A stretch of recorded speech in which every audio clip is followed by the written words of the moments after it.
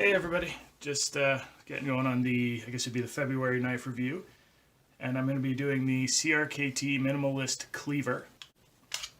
Just a fun little knife.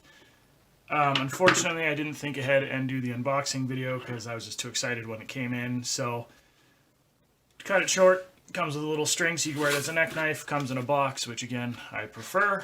Has a little bit of literature in there. It's mostly just, hey, thanks for buying our product. Make sure you buy more in the future. And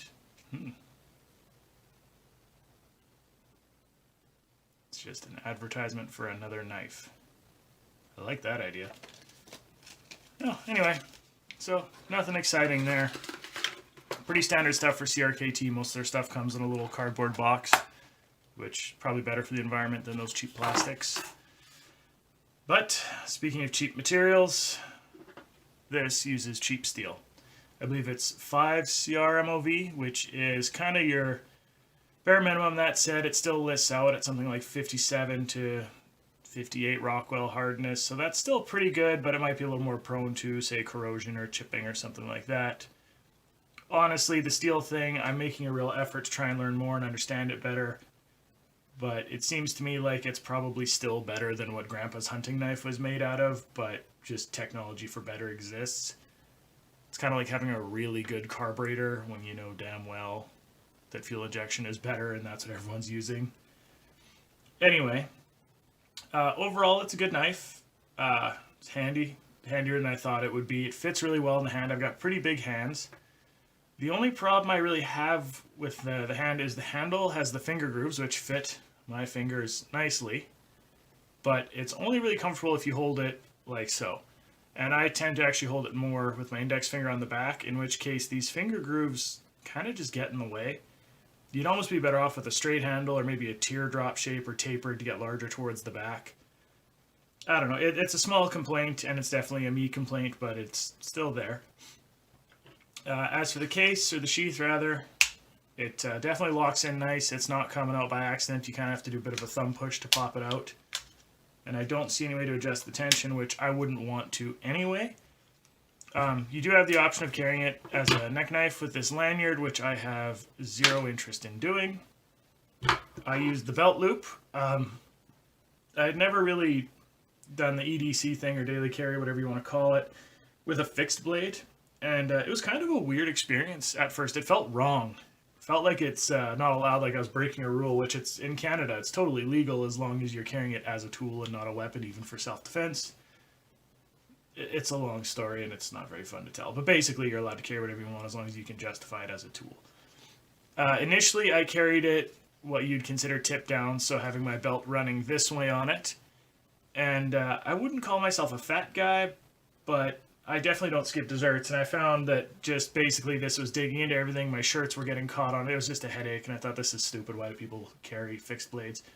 And then I realized I could actually rotate it 90 degrees, and having it with my belt through this way was really nice. It's I don't know that I prefer it over a traditional pocket knife, but I definitely see the appeal that some people would have to it. It's really quick deployment, easy to put back in, and it keeps your pockets empty, which, you know, we've got so much junk we carry around in our pockets. Like, you know, guys carry a lighter and a phone and a set of keys and this and that and the other thing, your wallet, set of headphones, whatever. Like, pockets fill up quick, and for some reason, for whatever fashion reasons, pants are getting tighter and tighter, so maybe it's just my diet.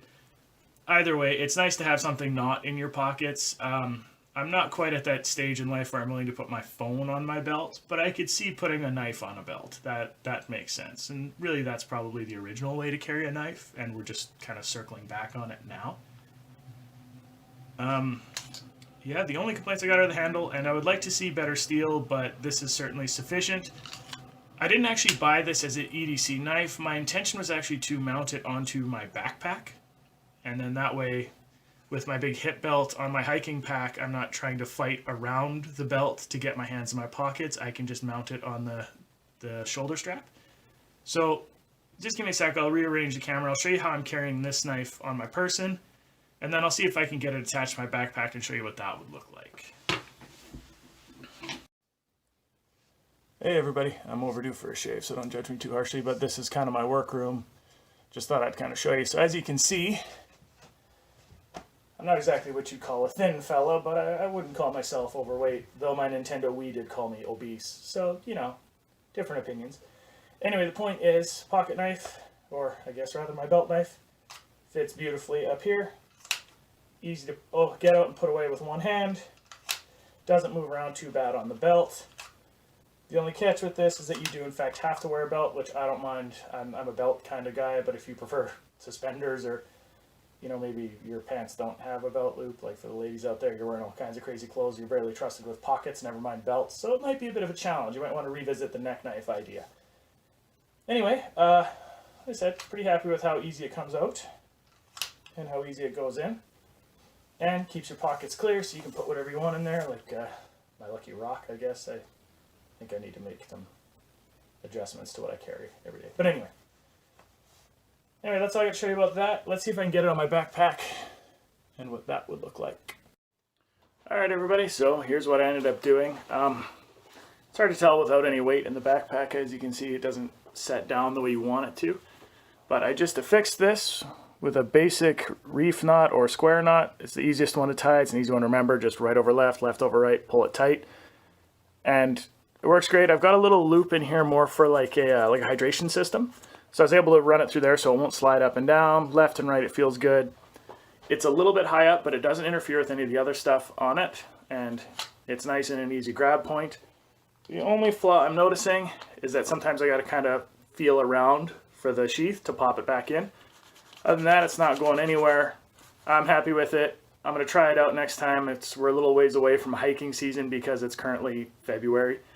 That said, it's about 10 degrees outside, so we might be there sooner than we think. Anyway, this was the plan, and I'm optimistic. And even if I don't like it, turns out it's actually not bad to EDC it, so it won't be a waste of money. And for 40 bucks, I like it. If you like the look of it, if you want one, buy one kind of thing. It's hard to go wrong at that price. And I might just buy one if I decide that I don't like it here, or just in general. I might try knocking those grooves off just because, again, it's a cheap knife. There's not a lot of risk, and if it makes it better, awesome.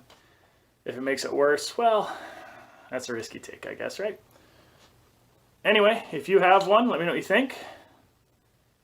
Or if you have any questions, let me know. Happy to try and answer them.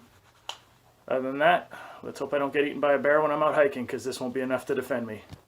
Carry bear spray.